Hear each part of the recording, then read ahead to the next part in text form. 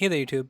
Today I'm doing a unboxing and video review on this Housolutions digital veneer caliper. It's a 12-inch model. It's made in China. It's made by Shenzhen Bio. Yeah. Um, it's model number 903 ABS. Let's get it out of the box. So far, very impressed. Good solid box. Comes with a lot of stuff. It has 2 spare batteries, so you have 3 batteries total, including the one that's in it. You got the instruction manual. If I can get it open, there we go. Basic instructions, nothing too crazy. Specifications, how to replace the battery. Yeah. There's also a ruler included for some reason. It's a very sharp metal ruler that has this little case that's impossible to get it out of. But there it is if you want it. I'd rather not have had it, but there you go. Comes shipped in this little plastic bag with a silica packet in there. It's a very nice touch.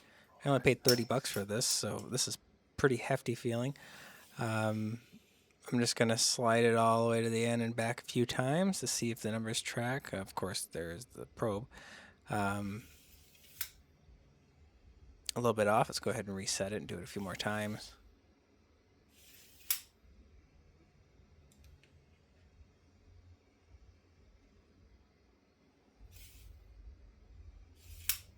There we go. All right, now I'm really going to go back and forth with it here. There we go. You're supposed to use a little thumb wheel there, but I never do. I always just grab it. I just squeeze on the display and, size it to whatever I need. I mostly use this for 3D printing, so I'm not a machinist. Don't need really fine, precise numbers. Yeah, it does have a rule on it in case the battery dies and you wanted to use it. I don't know why you would, but it's got a little chart on here with conversions. I'm probably going to never use it because I'm not a machinist, but there it is.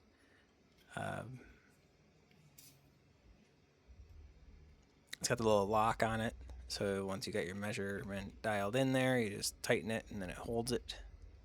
Kind of handy for comparing things. As I said, it has a little wheel here. It spins freely.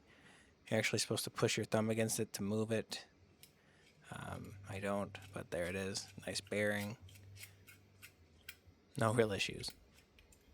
So inside the case, you got a little battery changing thing. You can use a flathead screwdriver, but I decided to show off the plastic changing tool that I'll surely forget about. Battery comes out. And so what I do with mine is I just keep the battery like half out and then it doesn't turn on until I push the battery a little bit more in. A little tip to save your batteries there. Got a tiny Phillips screwdriver. Don't know why. There it is. Yeah, that's pretty much it. Got the 2 little batteries. They don't really fit in the case as packaged, so I'm just gonna tear the cardboard a little bit and get it to fit in there. But ask any questions in the comments, and thanks for watching.